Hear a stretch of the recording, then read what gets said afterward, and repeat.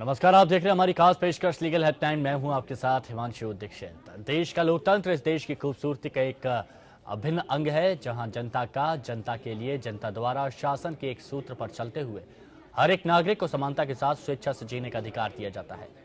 लोकतंत्र की आत्मा संविधान को कहा जाना अतिशयोक्ति नहीं, और इसी संविधान का प्रियम्बल यानी संविधान की प्रस्तावना भी समाज के हर व्यक्ति के लिए समता और न्याय की बात करता है।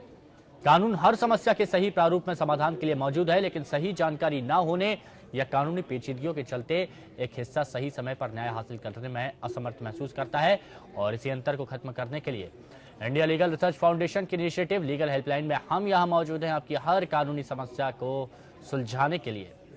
एक पत्रकार के तौर पर जब समाज में लोग आपको जानते हो और आप लीगल हेल्पलाइन तरीके एक उम्दा शो होस्ट कर रहे हो, तो लोग आपसे उम्मीद रखते हैं कि कानूनन इंसाफ पाने में आप उनके लिए बेहद मददगार साबित हो सकते हैं। और बेहद आम शिकायत जो कानून में पड़ती है वो ये कि पुलिस स्टेशन में उनकी बात सुनी नहीं गई, उनकी समस्या को सही तरीके से सुलझाया नहीं गया, या फिर यह कि पुलिस ने रिपोर्ट लिखने से मना कर दिया। और रोजमर्रा की जिंदगी में हम लोग देखते भी हैं कि अपने साथ हुई नाइंसाफी की रिपोर्ट दर्ज कराने में ही काफी दिक्कतों का सामना करना पड़ता है, जिसका सबसे बड़ा कारण जो सामने आता है वो है कानून के बारे में सही और सटीक जानकारी ना होना। आज हम लीगल हेल्पलाइन में बात करेंगे कि खरीदारी से जुड़े जो दस्तावेज हैं उनसे जुड़े क्या कुछ यहाँ पर कानूनी प्रावधान हैं, और इस मुद्दे पर अगर आपको कोई भी सवाल, कोई भी परेशानी, तो आप हमें कॉल कर सकते हैं। टेलीफोन नंबर आपके टेलीविजन स्क्रीन पर है।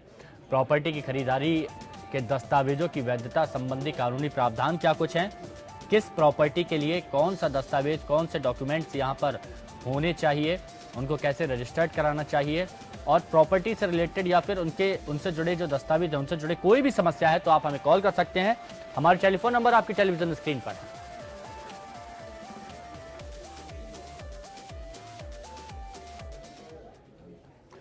और इसी जो आज का मुद्दा है हमारा कि प्रॉपर्टी खरीदारी से जुड़े कौन से डॉक्यूमेंट्स होने चाहिए, कैसे रजिस्टर्ड होना चाहिए, और इन मुद्दों पर जनता के सवालों का जवाब देने के लिए और समस्याओं को सुलझाने के लिए हमारे साथ स्टूडियो में मौजूद हैं राजेश लाठीग्राज जी, अधिवक्ता हैं। राजेश जी, सबसे पहले आपका बहुत बहुत स्वागत है।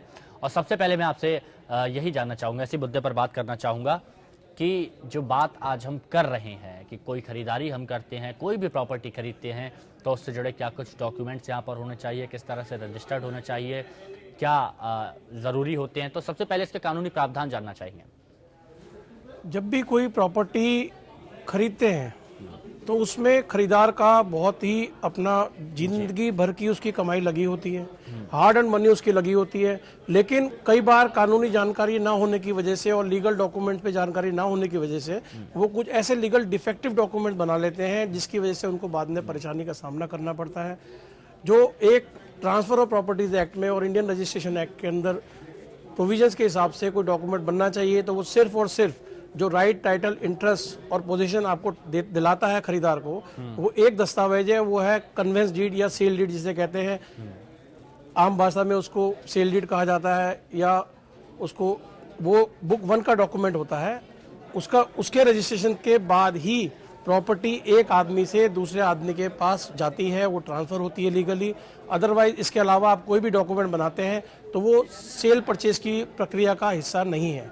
इस तरह के दस्तावेजों को माननीय सुप्रीम कोर्ट ने भी अपनी जजमेंट के अंदर Suraj lamp and industries versus state of Haryana के अंदर इसको, इन सारे डॉक्यूमेंट को, पावर अटॉर्नी हो, चाहे एग्रीमेंट हो, चाहे वसीयत के द्वारा ट्रांसफर की गई प्रॉपर्टी हो, कमर्शियल मतलब एक बेचने और खरीदार के बीच में रिलेशन जो बनाने के लिए डॉक्यूमेंट बनाया जाता है, तो उनको अवैध माना गया है। उन डॉक्यूमेंट से कोई टाइटल ट्रांसफर नहीं होता प्रॉपर्टी का। ठीक है, लेकिन डॉक्यूमेंट्स की जो बात यहाँ पर हो रही है, एक बार फिर हम अपने दर्शकों से कहना चाहते हैं कि प्रॉपर्टी के दस्तावेजों की वैधता संबंधी जो कानूनी प्रावधान अगर आप जानना चाहते हैं कि कौन से डॉक्यूमेंट्स कौन से ज़रूरी होते हैं और किन डॉक्यूमेंट्स को रजिस्टर्ड कराना होता है, कैसे कराना होता है जी, ये जानने के लिए आप हमें कॉल कर सकते हैं। टेलीफोन नंबर आपकी टेलीविजन स्क्रीन पर है।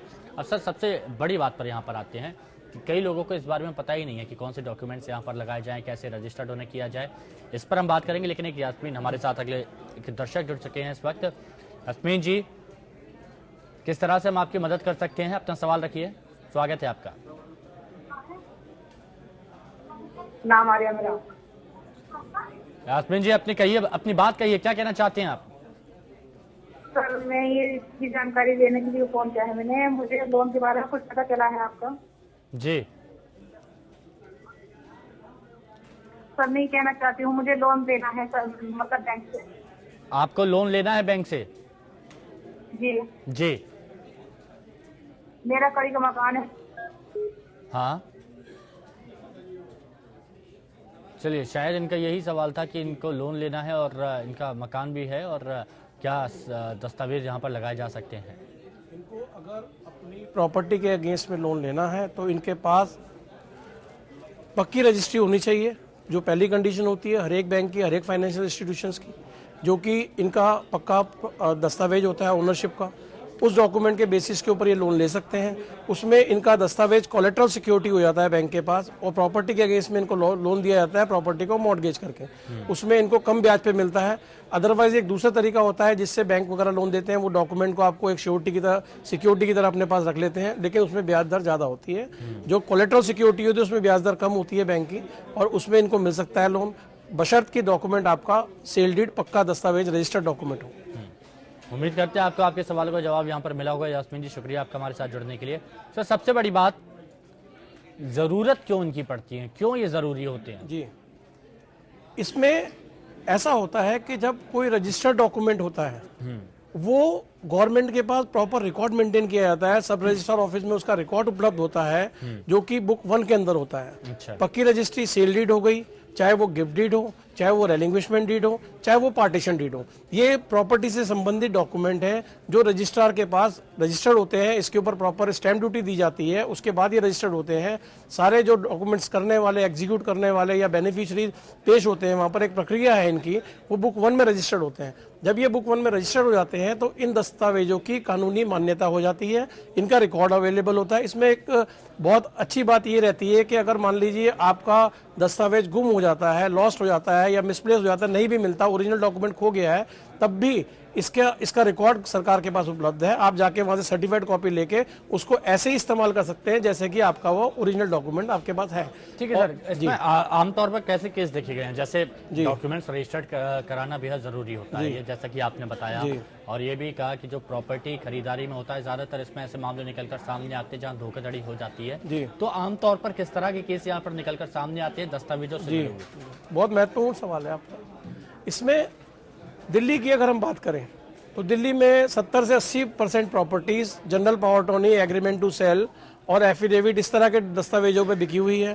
पहले वो खेती की जमीन थी, काट काट के लोगों ने प्लॉट बेच दिए, उसको उन्होंने प्रॉपर उसका लीगल वैलिडिटी उस प्रॉपर्टी की नहीं बनाई, सिर्फ एक पावर अटॉर्नी के बेसिस पे वो उस पर काबिज हो गए, मालिकाना हक अपना जताने लगे। लेकिन उसमें क्या होता था कि कई बार एक आदमी ने वो पावर अटॉर्नी पे खरीदी है, दूसरा आदमी भी वो उसी के नाम में बेच के पावर अटॉर्नी चला गया प्रॉपर्टी का मालिक, तो 2-2, 3-3 आदमी एक ही प्रॉपर्टी पे हक जताने लगे। अच्छा। उसमें कोर्ट में जाते हैं, सालों साल मुकदमे चलते हैं इनके, उसका कोई नतीजा निकलता है, क्योंकि 3-3 इस तरह की चीटिंग्स और फ्रॉड बहुत हुए हैं। लोगों का पैसा जो उनकी जिंदगी भर की पूंजी होती है वो इसमें फंस जाती है और उनको नतीजा कुछ नहीं निकलता, जो कब्जे में बैठा होता है वही कब्जे में बैठा। ठीक है, इस पर और हम तफसील से और विस्तार से बात करेंगे। हमारे साथ इस वक्त इलाहाबाद से एक दर्शक बबलू जुड़ चुके हैं। बबलू जी, स्वागत है आपका। किस तरह से हम आपकी मदद कर सकते हैं? सवाल पूछिए। सर, मैं बबलू मिश्रा बोल रहा हूँ। कहिए मिश्रा जी। सर, हमारी एक 13 साल की बच्ची थी। हाँ। उसे जो है कुछ लोगों ने गायब कर दिया, लड़की को। हाँ। सर, अभी पुलिस केस तो हो गया, 3 महीने बाद पुलिस ने FIR लिखा था। हाँ। अभी जो भी आईओ जांच करने जाते थे, हमें 10 लाख, 5 लाख, 40 लाख रुपए तक हमें देने का अभी भी कह रहे हैं, जबरदस्ती। ये पुलिस वाले कह रहे हैं? वो लोग पुलिस वाले हमसे चाहे कि 10 लाख रुपया ले पूरा हो जाए। अच्छा। सर, यहाँ के नितिन तिवारी SSP जी थे, प्रीतम सिंह दरोगा थे और ये सनत मिश्रा, इन तीनों ने हमसे हमारे घर पे रिश्तेदारी में हर जगह पैसे के लिए कहे। अच्छा। तो सर जी, हमने पैसे से लेने से इनकार कर दिया। अभी हमारी लड़की अभी तक नहीं मिली है। पुलिस ने जो है सारा उन्हीं के फेवर में कोर्ट में चार्जशीट लगा दिया है। 13 महीने हो चुके हैं आपकी बेटी को लापता हुए? 4.5 साल हो गए सर। 4.5 साल हो चुके हैं? जी सर, साहब हम गरीब आदमी, बहुत हमारी चाय की दुकान है साहब, 4.5 साल से हम दौड़ रहे हैं। ठीक है, ठीक है, आप ये जी आप पूरी मदद आपकी की जाएगी। सर, बहुत बड़ा मामला ये बड़ा मामला है इनका। इनकी बेटी गुम हो गई है और इतने सालों से नहीं मिली। ये एक जगह से दूसरी जगह जा रहे हैं।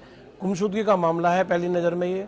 और अगर इस तरह का इन्होंने रिपोर्ट करी होगी, वहाँ पर हो सकता है कि एक नीचे लेवल के ऊपर इनकी सुनवाई प्रॉपर तरीके से ना हो, तो इनको चाहिए कि ये ऊपर हायर लेवल पे, हायर अथॉरिटीज पे जाते रहे, अपनी बात। अधिकारियों की भी बात कर रहे थे कि अधिकारियों भी यहाँ पर उनकी शिकायत कर सकते हैं। अधिकारियों की शिकायत हो सकती है जो प्रॉपर एक्शन नहीं ले रहा, आपके मन मुताबिक आपको लग रहा है कि इसमें कोई धांधली हो रही है या किसी को बचाया जा रहा है, असली मुलजिम को बचाने के लिए कुछ मैनिपुलेशंस की जा रही है और कोर्ट के अंदर एफआईआर लगा के, फाइनल रिपोर्ट लगा के आपका केस बंद किया जा रहा है, तो इसके अंदर आप ऊपर अधिकारियों पे जाइए, कोर्ट के अंदर जाके कोर्ट के समक्ष आप उस एफआईआर को चैलेंज कर सकते हैं। फाइनल रिपोर्ट अगर उन्होंने क्लोजर की कोई लगाई है जिसमें कोई एक्शन ना लिया जाए, तो इस तरह के आपके पास पूरे कानूनी लीगल प्रोविजंस हैं जिसके तहत आप जा सकते हैं। आपको मुफ्त कानूनी सलाह मिलेगी। आप वहाँ जाइए, वहाँ पर कानूनी लीगल एड सेल बने हुए हैं, वहाँ पर आप उनकी मदद लीजिए और आपका सुनवाई होगी वहाँ पर। शुक्रिया आपका जुड़ने के लिए बबलू जी, अपनी बात रखने के लिए। सर, डॉक्यूमेंट्स की यहाँ पर बात कर रहे थे और ज़रूरत क्यों पड़ती है, इस पर हमने यहाँ पर चर्चा की है। और मैं अब यही जानना चाहूँगा आपसे कि जो बात हम यहाँ पर कर रहे हैं कि आखिर इन डॉक्यूमेंट्स की ज़रूरत क्यों पड़ती है, रजिस्टर्ड कैसे किया जाता है इन्हें, ज़्यादातर लोगों को ये नहीं पता है, तो वो प्रोसेस क्या होती है? प्रोसेस ये होता है कि आप दो पार्टीज होती हैं, खरीदार होता है, बेचने वाला होता है। इन दो जनों के बीच में एक ट्रांजैक्शन हो रही है, एक प्रॉपर्टी दूसरे आदमी के पास जा रही है, वो पैसा दे रहा है, उस प्रॉपर्टी के एवज में सेल कंसिडरेशन अमाउंट दे रहा है, उसके एवज में वो प्रॉपर्टी बेची जा रही है। तो रजिस्ट्रार में जाते हैं। रजिस्ट्रार में कुछ कैटेगरीज हैं, book 1, book 2, book 3, book 4, book 5 तक। जो बुक 1 में होता है वो होती है सेल डीड रजिस्टर्ड होती है, या मैंने जैसे पहले बताया कि प्रॉपर्टी में आप गिफ्ट डीड भी कर सकते हैं जो विदाउट कंसिडरेशन होती है, अपने घरेलू कोई किसी को वैसे अपना लव एंड अफेक्शन में दे रहा है। पार्टीशन डीड होती है। जो जहाँ तक सेल डीड का सवाल है, जिसमें आप प्रॉपर्टी संपत्ति परचेज कर रहे हैं, खरीद रहे हैं, उसके अंदर आप रजिस्टर कराइए सब रजिस्ट्रार के पास, वो बुक 1 में रजिस्टर्ड होगा। बुक 1 का मतलब ये होता है, मोटे मोटे तौर पे अगर हम उसको सिंपल भाषा में कहें, एक आम भाषा में कहें, तो वो होता है कि जो डॉक्यूमेंट सरकारी दस्तावेज सरकार की नॉलेज में रहता है, सरकारी रजिस्टर रिकॉर्ड में रहता है, और उसको कोई इतनी जल्दी ना कैंसिल कर सकता, ना चैलेंज कर सकता, उसको कोर्ट में पूरी मान्यता है। कोर्ट अगर कोई आपका झगड़ा पड़ता है किसी भी तरह का, तो आप ही की बात सुनी जाएगी, दूसरे की किसी की नहीं सुनी जाएगी। बुक 2 के अंदर होता है, जैसे कोई डॉक्यूमेंट रिफ्यूज हो गया तो उसका रिकॉर्ड रखा जाता है। बुक 2 के अंदर रिफ्यूजल का रिकॉर्ड होता है, दस्तावेज किसी वजह से रजिस्ट्रार मना कर देता है उसका रिकॉर्ड होता है। बुक 3 के अंदर क्या होता है, बुक 3 के अंदर वसीयतें रजिस्टर्ड की जाती हैं। जो वसीयत रजिस्टर्ड होती है वो बुक 3 में होती है।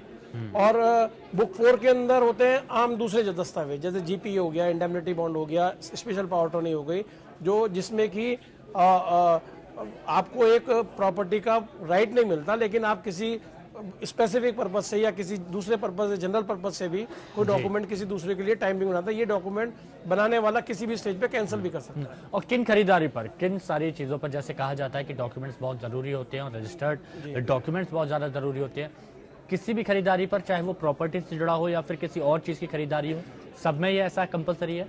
नहीं, सब में ज़्यादातर इमूवेबल प्रॉपर्टीज़ के अंदर होता है। जो मूवेबल चीज़ें होती हैं जिसके लिए वो होते हैं, वो एक कॉन्ट्रैक्ट होता है, वो एक आपसी दोनों की अंडरस्टैंडिंग हो सकती है या कोई एग्रीमेंट हो सकता है दोनों का।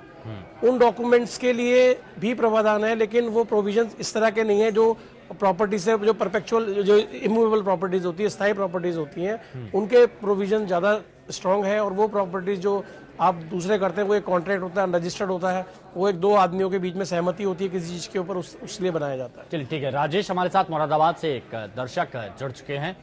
राजेश जी, स्वागत है आपका, रखिए अपना सवाल, किस तरह से हम आपकी मदद कर सकते हैं? हाँ नमस्कार सर। नमस्कार जी। हाँ सर, ये है कि जैसे औरत स्वयं तलाक ले एक्स पार्टी, तो क्या खर्चा दे सकती है? राजेश जी, एक बार फिर से आप अपना सवाल रखिए, मैं आपकी बात को सुन नहीं पाया। हाँ सर, ये है कि औरत जो है, जो पत्नी है जी, एक्स पार्टी तलाक ले लेती, एक्स पार्टी एक तरफा, तो क्या खर्चे की हकदार है? ठीक है, मैं जान लेता हूँ। इनका ये कहना है कि अगर पत्नी एक तरफा तलाक ले ले तो क्या वो खर्चे की हकदार है? उसमें ये बारीकी देखी जाती है, वो एक्स पार्टी किन परिस्थितियों में हुई, क्या इनको नोटिस गया हस्बैंड को और वो जानबूझकर पेश नहीं हुए, तो हस्बैंड एक्स पार्टी हो गए, वो तलाक मिला, वो तलाक इनका वैलिड है। जो जहाँ तक मेंटेनेंस का सवाल है, मेंटेनेंस एक ऑल टुगेदर डिफरेंट चीज़ होती है। मेंटेनेंस लेने के लिए उसके पास कानूनी हक है, अपना राइट है, वो लीगल प्रोसीजर से मेंटेनेंस ले सकती है आपसे। और जहाँ तक आपका तलाक का विषय है, आप जान के पेश नहीं हुए, अपनी बात आपने जान के वहाँ नहीं कही, वो एक्स पार्टी हुए आप, तो वो एक्स पार्टी होना वो आपके अगेंस्ट में था, आप वहाँ जाके कंटेस्ट कर सकते थे सूट को अपने, जो आपके खिलाफ तलाक का मुकदमा डाला था, आपने नहीं करा। लेकिन जो मेंटेनेंस है वो उसका राइट बना रहेगा जब तक वो शादी नहीं करती। अगर वो जब शादी कर लेती है तो उसके मेंटेनेंस के राइट खत्म हो जाते हैं आपसे। ठीक है, शुक्रिया आपका जुड़ने के लिए। हमारे साथ इस वक्त कानपुर से अजय जी जुड़े हुए हैं। अजय जी, स्वागत है आपका, अपना सवाल रखिए, किस तरह से आपकी मदद कर सकते हैं हम? हाँ जी जी ये बात। हाँ हेलो सर। कहिए अजय जी। हाँ सर, मैंने एक प्लॉट खरीदा था कानपुर में जी। 200 वर्ग गज का, जो है। कि प्लॉट हमारा सोसाइटी से रजिस्टर्ड हुआ था। मैंने रजिस्ट्री कराई थी कानपुर में जी। तो उसमें जो लिखा पड़ी मेरी वो सोसाइटी वालों ने की थी 100 रुपए वर्ग गज की, 20,000 रुपए ओनली। ठीक है। और सर्किल रेट उसका सर था 11,000 कुछ रुपये का। उसके बाद सर मैंने उसको प्लॉट को बेच दिया, तो मेरे पास इनकम टैक्स में जो नोटिस आ गई वसूली की कि आपने कम रेट का प्लॉट खरीदा था और ज्यादा रेट में आपने बेच दिया है। तो सर सोसाइटी वालों तो वैसे तो हमने खरीदा था 6,000 रुपए गज जी, मगर उन्होंने हमारा क्या बोलते हैं 100 रुपए गज में लिखा पड़ी करने लगे। सोसाइटियों में ऐसा ही चलता है। ठीक है जी सर। जी। इनकी समस्या के अंदर ये है कि इन्होंने कोई कम रेट में प्रॉपर्टी परचेज करी और उसको ज़्यादा रेट में बेच दी, तो ये इनको शॉर्ट टर्म कैपिटल गेन हुआ। जहाँ पर शॉर्ट टर्म कैपिटल गेन होता है उसमें ये इनकम टैक्स देने के लिए लायबल है, इनका इनकम टैक्स लगेगा उसके ऊपर जितना कि कैपिटल गेन हुआ है। क्योंकि जो प्रॉपर्टी इन्होंने परचेज करी वो प्रॉपर्टी इन्होंने अपने इनकम टैक्स में शो करी होगी, कहाँ से इन्होंने पैसा लाया, कहाँ से परचेज करी, तो वो इनका इनकम टैक्स का रिकॉर्ड है शॉर्ट टर्म कैपिटल गेन के ऊपर। जी चलिए ठीक है। हमारे साथ एक और दर्शक इस वक्त पूजा जुड़ चुकी हैं देहरादून से। पूजा जी, स्वागत है आपका, अपना सवाल रखिए। आज जी, मेरा नाम पूजा बोखंडी है जी। मैं देहरादून से बोल रही हूँ। बोलिए बोलिए। धन्यवाद। मेरा नाम पूजा बोखंडी है, मैं देहरादून से हूँ और ये एक यूएस महिला के बारे में है जी। वो एनडीपीएस में सिद्धोवाला जेल में है, पिछले 2 साल से वो जेल में है। वो बहुत ज्यादा बीमार है और उनको इतनी ज्यादा तकलीफें हैं जेल में और वो बिल्कुल इनोसेंट है। उनकी अभी तक कोई उनकी पैरवी करने वाला नहीं है। जिस व्यक्ति की ये कंपनी थी वो यूएस में बैठ के मजे कर रहा है। इनको 3 महीने के लिए डायरेक्टर बनाया गया था बिल्कुल फैब्रिकेट करके। और इस महिला की स्थिति बहुत खराब है। आप कृपया बताइए हम इसके लिए क्या कर सकते हैं। मेरा इससे सिर्फ मानवता के रिश्ता है और कोई रिश्ता नहीं, लेकिन हमने पूरा इनका केस स्टडी किया है। ये बिल्कुल इनोसेंट है। सुषमा स्वराज भी इनको हेल्प करने की वो कर चुकी है, लेकिन कुछ नहीं हो रहा है। इनके भी 3 ऑपरेशन होने हैं, सिद्धोवाला जेल में है। ये औरत यहीं मर जाएगी। पूजा जी, पहले तो हमें इस बात की खुशी है कि आपने इस बारे में इतना सोचा और आपने अपनी तरफ से एक कदम उठाया और बिल्कुल इनकी मदद हमें करनी चाहिए। सर, क्या किया जा सकता है इसमें? इसके अंदर देखिए एनडीपीएस के प्रोविजंस में लगाया हुआ है केस इनके पर, सेक्शंस लगे हुए हैं, थोड़े सीरियस इन नेचर होते हैं, ड्रग्स से रिलेटेड मामला है ये, तो इसके अंदर बेल मिलना ना मिलना वो इनकी परिस्थितियों पर डिपेंड करता है। लेकिन जहाँ तक इन्होंने मेडिकल अपना बताया है तो मेडिकल में इनके पास बहुत अच्छा ग्राउंड है बेल लेने के लिए। तो ये जो मेडिकल का है इनके पास, ये बेल एप्लीकेशन लगाएं, प्रॉपर मेडिकल पूरा रिकॉर्ड लगाएं अपना, और उसके अंदर कोर्ट जरूर कंसीडर करेगी क्योंकि महिला भी है साथ में ये, और इनका मेडिकल रिकॉर्ड है, जिस तरह से बता रहे हैं कि इनके ऑपरेशन एडवाइस किए हुए हैं, ये सब है, तो इनके मेडिकल ग्राउंड के ऊपर इनकी बेल मिलती है। नहीं मिलती तो हाई कोर्ट लेवल तक ये जाएं, वहां तक इनको बेल जरूर मिलेगी, जहां तक मेरा समझना है और मानना है, क्योंकि इनके मेडिकल ग्राउंड्स हैं। जरूर इनके सेक्शन सीरियस लगे हैं, एनडीपीएस के चार्जेस लगे हुए हैं इनके ऊपर, लेकिन इनको बेल के लिए ट्राई करें, इनको बेल मिलेगा। सबसे पहला इनका स्टेप होना चाहिए कि हमें बेल लेनी है। बाकी मुकदमा तो चलेगा, वो अपना एक ड्यू प्रोसेस ऑफ लॉ है, वो तो अपना काम करेगा ही करेगा। और बिल्कुल पूजा जी, बाकी हम आपसे कहना चाहेंगे कि आप एक चिट्ठी भी हमें लिख सकते हैं। हमारा एड्रेस टेलीविजन स्क्रीन पर शो हो रहा है और पूरी और मदद यहाँ पर की जाएगी। बाकी सबसे पहले बेल यहाँ पर आपको लेना चाहिए मेडिकल की बात लगा के, और कोर्ट में ये बात आप रख सकते हैं कि ऑपरेशन होना है जिससे बेल यहाँ पर मिल सके। शुक्रिया आपका भी हमारे साथ जुड़ने के लिए। सर, एक चीज़ और मैं आपसे जानना चाह रहा था, डॉक्यूमेंट्स को लेकर यहाँ पर बात हो रही है, क्या यहाँ पर किसी तरह के संशोधन किए गए हैं इस कायदे कानून में दस्तावेजों संबंधित? ऐसा है, इसमें कंफ्यूजन तो नहीं है, बहुत क्लैरिटी है। हमारे रजिस्ट्रेशन एक्ट में बहुत क्लैरिटी है, ट्रांसफर ऑफ प्रॉपर्टी एक्ट में बहुत क्लैरिटी है कि अगर आप संपत्ति से कोई भी ट्रांजैक्शन करते हैं तो सिर्फ और सिर्फ उसका एक ही तरीका हो सकता है, कन्वेंस डीड, सेल डीड, उसी से आप अपनी संपत्ति खरीदें। उसके अलावा किसी भी दलाल के थ्रू या कोई भी आपको बेचने वाला आपको जितना मर्जी कह ले, आप किसी के जासे में मत आइए। आप अपनी प्रॉपर्टी जो है सिर्फ सेल डीड पक्की रजिस्ट्री से खरीदिए, जिसे आम बाजार में पक्की रजिस्ट्री कहा जाता है। आप अगर जीपीए वगैरह पे खरीदते हैं तो वो नल एंड वॉइड है, वो उसकी in the eyes of law कोई वैल्यू नहीं है उसकी, उन डॉक्यूमेंट्स की। उससे आप ना कंटेस्ट कर सकते, ना कोर्ट में खड़े भी हो सकते हैं। आज की डेट से, जब से 2011 के बाद से परिस्थितियां बदल चुकी हैं, सुप्रीम कोर्ट साफ मना कर चुका है इन डॉक्यूमेंट में जी। तो खरीदार को ये समझना चाहिए कि उसका जब वो लाखों रुपए खर्च करता है तो कुछ हजार रुपए खर्च करके स्टैंप ड्यूटी बचाने के लिए वो कुछ ऐसा ना करे। सर, इस मुद्दे से जुड़ा ऐसा कोई और पहलू भी है जो प्रॉपर्टी से रिलेटेड जो दस्तावेज हैं उनकी वैधता संबंधी कानूनी प्रावधान को लेकर कोई ऐसा और भी पहलू है जो आप चाहते हैं कि अगर जनता तक पहुंचेगा तो बहुत लाभदायक होगा और जनता को ये जानना चाहिए? इसमें कई बार क्या होता है कि कई जो प्रॉपर्टी के मालिक होते हैं वो लोग कहते हैं कि हम अपनी प्रॉपर्टी डेवलप करना चाहते हैं। कोलैबोरेशन एग्रीमेंट करके बिल्डर से हम प्रॉपर्टी को रीडेवलप करना चाहते हैं अपनी प्रॉपर्टी, लेकिन उनका पैसा नहीं होता तो वो कोलैबोरेशन एग्रीमेंट करते हैं बिल्डर से। अब कोलैबोरेशन एग्रीमेंट बिल्डर से करते हैं, बिल्डर कभी नहीं चाहता कि उसका एग्रीमेंट रजिस्टर्ड हो, वो बाउंड हो लीगली, क्योंकि उसको मालूम है उसकी परिस्थितियां रोज बदलनी है। लेकिन खरीदार की परिस्थिति नहीं बदलनी, उसको अपनी प्रॉपर्टी डेवलप करा के एक समय बट टाइम के अंदर उसको कब्जा चाहिए उस प्रॉपर्टी का। इस सिचुएशन के अंदर अगर कोलैबोरेशन एग्रीमेंट का रजिस्ट्रेशन किया जाए, जिसमें कि बहुत साफ शब्दों में सेक्शन 17(1)(a) के अंदर एक सर्कुलर जारी किया गया था 2014 के अंदर जी, जिसमें यह कहा गया है कि आप अपना कोलैबोरेशन एग्रीमेंट जिसमें आप प्रॉपर्टी का कब्जा बिल्डर को दे रहे हैं, कंसिडरेशन भी कुछ उससे ले रहे हैं, तो वो एग्रीमेंट कोलैबोरेशन एग्रीमेंट रजिस्टर्ड होना चाहिए, जिसके अंदर थोड़ी 6% और 4% ड्यूटी जो है वो आपको देनी पड़ती है अलग अलग। अगर फीमेल के नाम में है तो 4%, 6% जेंट्स के नाम में, वो देके आप अपने कोलैबोरेशन एग्रीमेंट को रजिस्टर कराएं, ताकि आपको कोई आगे कोई समस्या ना हो। कोई भी बिल्डर आपके साथ कोई जालसाजी करता है, आपका समय से प्रोजेक्ट पूरा नहीं करता, तो आप तुरंत कोर्ट में जाएंगे, आपको तुरंत रिलीफ मिलेगा और उसमें आपको कोई कानूनी अड़चन नहीं है, क्योंकि आपका एग्रीमेंट रजिस्टर्ड है और वो बाउंड है।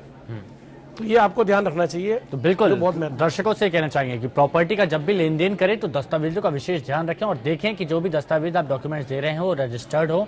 अगर भविष्य में होने वाली परेशानियों से, फ्रॉड से आप बचना चाहते हैं तो आज ही रजिस्टर्ड डॉक्यूमेंट्स पर डील करना शुरू कर दें। शुक्रिया सर आपका बहुत बहुत हमारे साथ जुड़ने के लिए और दर्शकों की समस्याओं के समाधान के लिए। तो फिलहाल लीगल हेल्पलाइन में मेरे साथ इतना ही, दीजिए इजाजत, लेकिन आप बने रहें एपीएन के साथ। नमस्कार।